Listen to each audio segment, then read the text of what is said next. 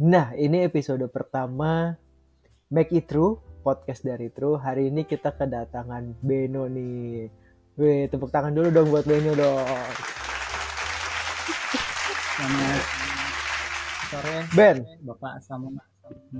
boleh dikenalin dulu dong backgroundnya apa nih, kesibukannya apa sekarang? Ya, yang pertama-tama perkenalkan ya, nama gue Beno. Gue itu sekarang kerja sebagai software engineer. Udah profesional selama 2 tahun lah. Cuma kalau misalkan dilihat ke belakang, pengalaman gue ada mungkin sekitar 4 tahun lebih. Seperti itu, Bapak Sam. Oke, mantap. Jadi kita mau bahas apa nih kira-kira hari ini nih? Kita mau bahas hari ini.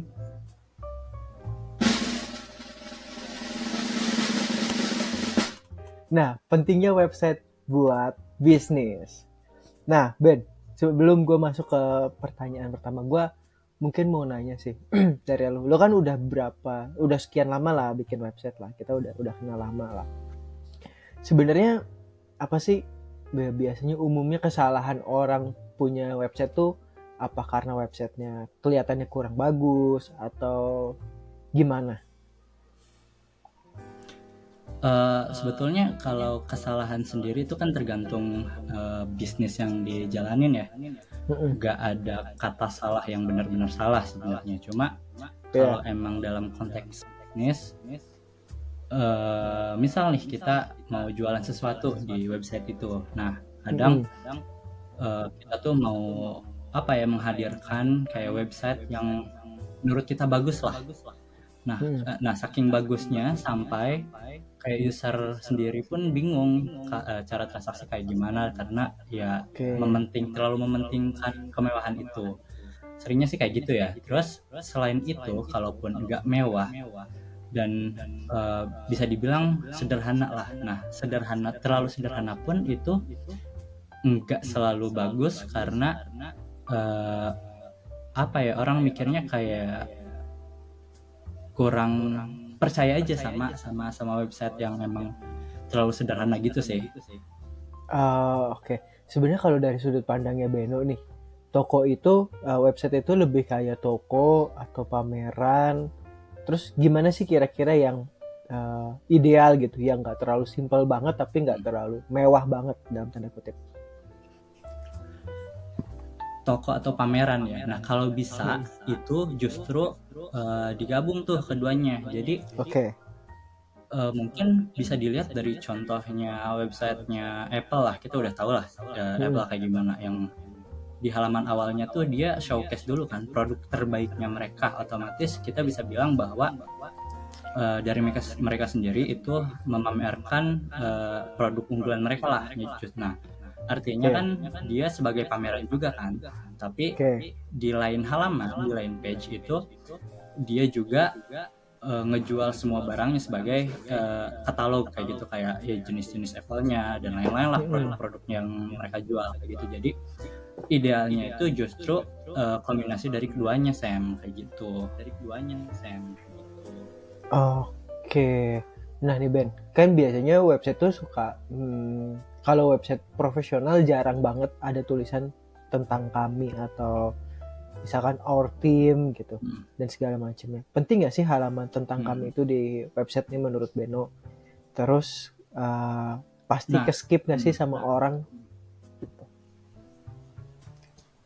Sebetulnya nggak ke-skip juga. Ini penting banget sebenarnya, kayak pelanggan tuh sering pengen tahu siapa yang bikin dari produk yang mereka beli lah kayak gitu. Nah, hal itu pun ngebantu kepercayaan publik terhadap brand yang kita punya lah. Jadi makin kenal siapa yang bikin itu, si user atau pengunjung tuh malah makin percaya. Terus contoh ya, misal kita punya satu bisnis lah yang emang udah terkenal lah. Nah, terus kita bikin satu produk lagi nih, satu bisnis lagi. Nah, ada tuh about us. Nah, kalau misalkan kita udah terkenal terus akhirnya mereka tahu, oh ini nih misalkan Samuel tuh pernah bikin produk ini nih, kayaknya yang produk ini juga bisa dipercaya deh kayak gitu. Jadi orang tuh karena udah ada kepercayaan di produk yang lain, di produk yang ini pun otomatis bisa aja mereka tertarik juga karena udah tahu siapa yang buatnya kayak gitu, Sam. Oke, Ben, ini mau nanya nih. Kira-kira kalau misalkan mau bikin website yang bagus nih, oke, terus pengunjung nih bisa tahan lama di situ, betah. Kira-kira bisa di mana tuh?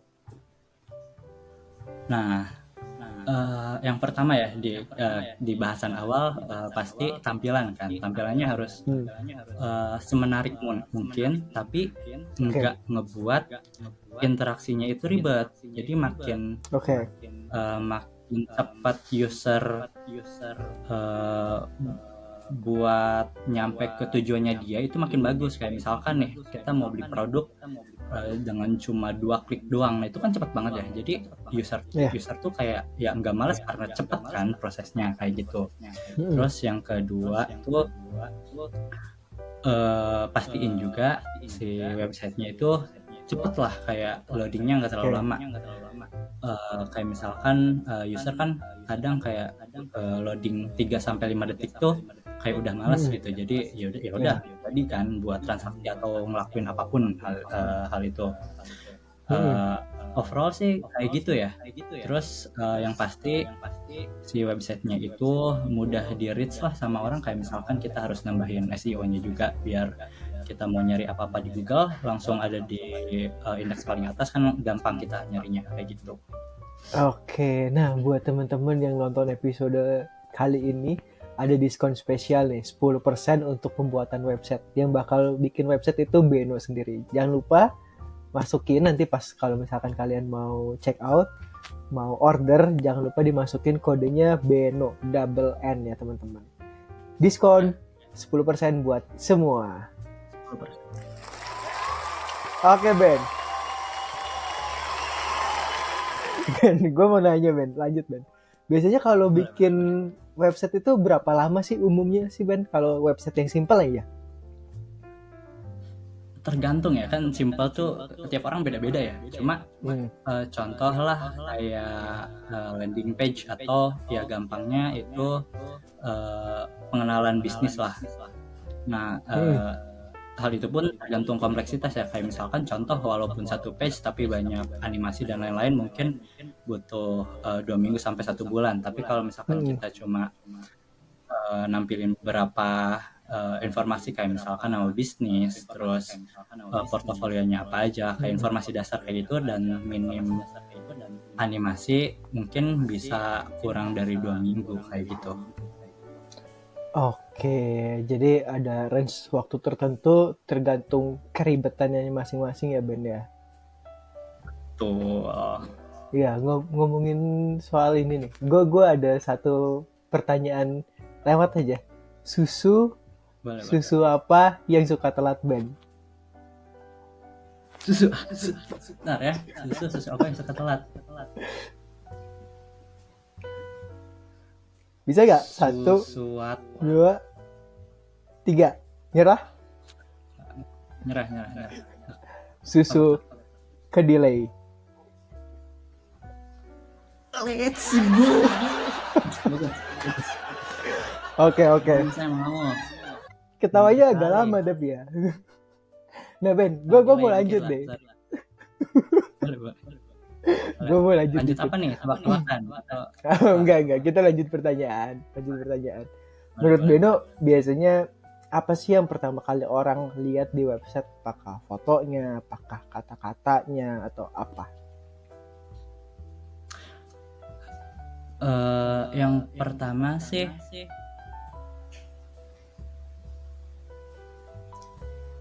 ini ya, sebetulnya website ini ngapain kayak gitu deh. Kayak misalkan pas ngebuka tuh kita tahu bahwa si website ini itu menawarkan apa ke kita gitulah gampangnya ya. Kayak gitu sih. Yang paling pertama dilihat kan pasti itu ya, maksudnya apakah kebutuhan kita dengan membuka website ini akan tercapai atau enggak kan, kayak gitu. Oh, jadi tergantung jenis websitenya sendiri ya Ben ya. Betul. Cuma kita harus ya benar-benar ngasih tahu lah ke user bahwa kita tuh menawarkan produk apa dan keunggulannya tuh apalah. Jadi mereka tuh kayak tertarik dan oh ya ini kebutuhan gua akan tercapai nih di sini kayak gitu. Oke, jadi tergantung jenis websitenya, tujuan websitenya itu sendiri, kayak gimana. WhatsApp. Oke, kita ada WhatsApp nih Ben, ada dari penanya. Gue cek dulu bentar ya. Ben, ini ada pertanyaan sih di sini Ben. Website yang bagus tuh website yang sekali beres atau harus diupdate berkala. Dan kalau diupdate ini berapa minggu sekali atau berapa bulan sekali. By the way, ini dari Ujang di Garut. Silakan Ben, pertanyaan Ujang dijawab. Baik ya Ujang. Terima kasih WhatsApp-nya Ujang. Oke. Jadi ini ya, jadi apakah terus dikembangkan atau sekali beres sudah gitu ya? Sebetulnya yang paling bagus itu pastinya terus berkembang ya, soalnya kan ya kita tahu sendiri bahwa teknologi juga kan kita berkembang terus ya, maksudnya nggak stagnan lah, nggak di tempat. Website pun harus kayak gitu, entah dari sisi konten atau teknologi. Kalau misalkan dari sisi konten sendiri nggak ada update, itu justru nurunin kepercayaan dari si user, si pelanggan ini. Soalnya kan kayak mikir, wah ini websitenya nggak ada update nih, apakah udah emang nggak diurus atau kayak gimana kan, kayak gitu. Nah terus ya masa kita sebagai pebisnis pun nggak nawarin hal baru kan, user. Nah dari segi teknologi pun, apalagi web ya, makin pokoknya tiap minggu tuh hampir ada teknologi baru lah. Jadi seenggaknya kita harus ngikutin teknologi itu. Kayak misalkan makin kesini tuh makin cepat teknologinya, jadi otomatis kita pun harus ngikutin. Soalnya kan nggak mungkin dong teknologi kita ketinggalan, dan pastinya ada optimasi, entah itu keamanan dan juga tadi kecepatan tadi kan. Jadi website kita makin aman dan makin cepat juga, jadi nguntungin ke kita sama ke usernya juga, ke pelanggan kayak gitu. Oke Ben, ini mungkin pertanyaan kedua terakhir dari gua. Nah kalau misalkan bisnis nih baru bener-bener mulai dari nol, apa aja sih yang wajib ada di website biar orang tuh kecuri perhatiannya? Fokus ke awalnya dulu, apa bangun produknya dulu, fokus ke desainnya, testimoni, atau apa gitu? Sebenarnya fokus pertama tuh otomatis kita harus tahu dong kita bisnis apa dulu kan. Nah jadi kita harus punya satu section di mana kita nawarin produk kita dengan tadi yang gue bilang sebelumnya, kayak produk kita tuh bisa nge-provide kebutuhan kalian loh, kayak gitu. Itu di halaman utama bisa. Jadi pas dibuka tuh kita udah nawarin itu, jadi mereka oh ya benar ini yang gue butuh, kayak gitu kan. Terus pasti katalognya juga kita harus ngasih tahu tuh produk-produk apa aja yang bakal kita provide atau kita jual. Nah setelah itu ada halaman about us juga untuk ngebangun kepercayaan buat si usernya juga, biar mereka juga tahu siapa lah, kayak gitu, untuk membangun kepercayaan sih ya, kayak gitu. Nah setelah itu yang penting juga kayak kalau bisa ada testimoni dari orang-orang, jadi mereka tuh nambah percaya dan oh ini produk emang bagus, emang udah dipakai banyak orang juga, kayak gitu. Kalau misalkan paling masih baru sih nggak apa-apa ya, asal kita pinter jualan aja sebenarnya kan.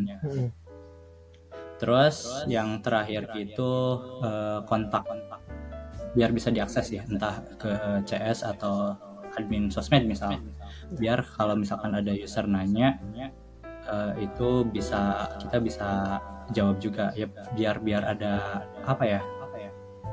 kedekatan tersendiri, koneksi kali ya kayak gitu, koneksi langsung ke pelanggan. Itu sih. Oke, jadi itu hal-hal yang penting ya Ben ya. Perlu adanya trust, perlu adanya terkoneksi dengan pelanggan. Oke Ben, mungkin pertanyaan terakhir, lu boleh dong kasih kayak pesan, kesan gitu buat teman-teman yang pengen mulai bangun website untuk bisnisnya. Apapun. Oke, yang pertama pasti harus punya bisnis dulu ya. Jadi nggak boleh mikir gue harus bikin website tapi website apa ya, ngejual apa ya, nggak boleh. Itu kalian mau ngapain? Nah itu yang pertama sih, itu ya yang penting. Kalau nggak susah nentuin nama domainnya ya Ben ya. Kan nama domain nggak bisa diubah, harus beli ulang. Iya, itu bingung gitu. Produknya aja bingung, kalian nama domain udah nggak usah. Jadi paling pertama itu paling penting Soalnya harus kan, punya bisnisnya. Oke. Betul. Soalnya sebetulnya ya website itu adalah gimana caranya bisnis konvensional bisa diakses seluruh dunia kan, gampangnya kayak gitulah, biar orang-orang bisa mudah akses kayak gitu kan gampangnya.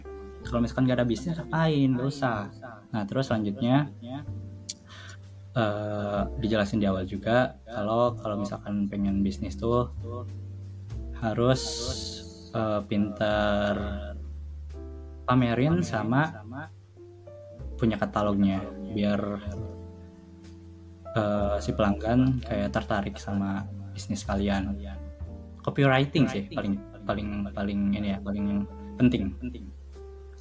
Terus jangan lupa SEO-nya, biar bisnis kalian itu ada di paling atas Google search index-nya kayak gitu. Oke Ben. Seimbangnya Ada lagi? visual sama deskripsi. Itu paling. Jangan kebanyakan interaktif. Pokoknya makin sedikit jumlah klik yang dicapai untuk sampai ke tujuan, itu makin bagus. Oke, jadi dibuat sesimpel mungkin tapi jangan terlalu simpel. Dibuat jangan terlalu mewah juga. Yang penting orangnya gampang dan mudah mengerti. Oke, kita kasih applause dulu dong buat Beno dong. Beno. Ben, thank you udah mampir di podcast Make It True. Nah, buat teman-teman yang denger, jangan lupa gunain kupon Beno. Nah, nanti bisa dapat diskon 10% untuk pembuatan website. Dan thank you juga Ujang di Garut yang tadi udah nanya. Sampai ketemu di episode berikutnya. Bye-bye.